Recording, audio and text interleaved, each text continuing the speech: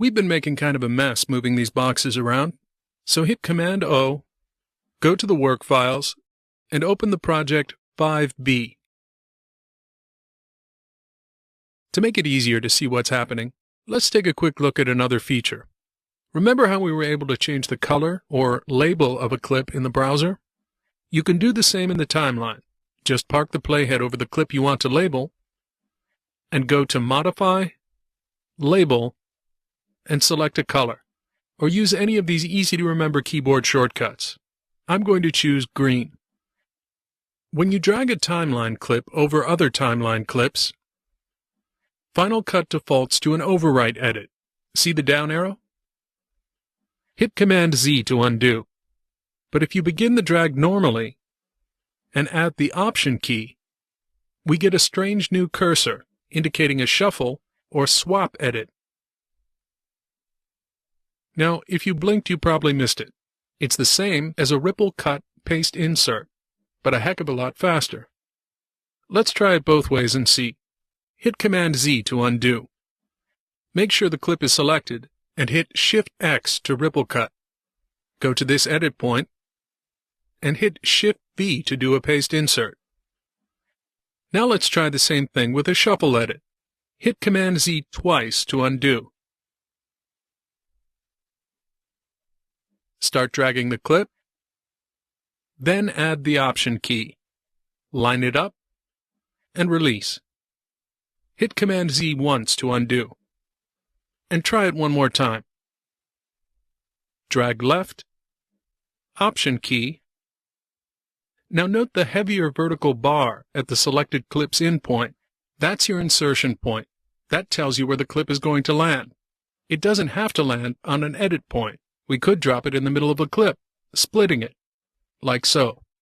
You can also shuffle edit by dragging to the right, but it takes a little mental adjustment to get your bearings. Let's try swapping the same clip back to its original position. Drag right, add the Option key. The hooked arrow is now reversed. A common mistake is to think that the insertion point is reversed as well, but it's not. The insertion point is always the start of the clip that you're moving, and you place it at the point you want it to start playing. In this case, after the last frame of the P 3/4 rear clip. It's slightly counterintuitive because when you cover the clip to the right, it feels like you might overwrite it or push it outward, but it's not going to move.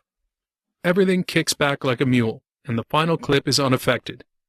Shuffle edits let you work faster because they fill gaps on the fly, but gaps can be a problem, especially when they were only a few frames long and go unnoticed.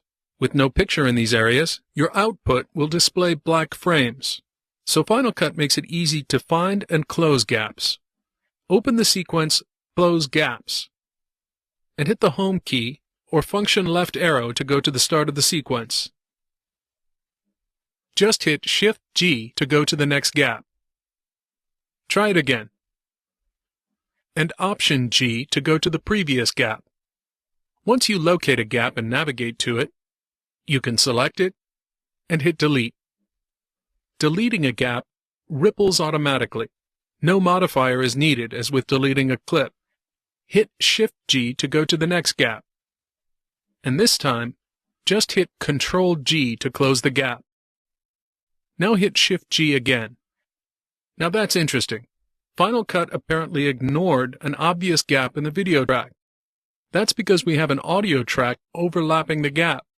Final Cut doesn't consider this a proper sequence gap because there's a continuous stream of clips, just on different tracks. So these are called track gaps. To check for them, or navigate to them, you have to use a different command. Go to Mark, Previous, Track Gap. And note, you have a track gap option under the Mark Next menu as well. Hit Command+ to zoom in. So we're in our track gap, and we want to close it. Try hitting Control-G. Nothing. Now select the gap and hit Delete. Worse than nothing. Final Cut scolds us with an error message. Why? Final Cut's trying to protect us. It assumes you've already made editorial decisions in the surrounding clips. You may have already set up a sync between your audio and video cuts. And arbitrarily sliding one track and not the other would throw everything off. So closing the gap is no longer an automatic process. So we either have to move some clips or extend their edit points. We're going to cover trimming or fine-tuning your edit points in a later lesson. But the most basic kind of trim seems appropriate here. Place your mouse over the out point of the wide clip.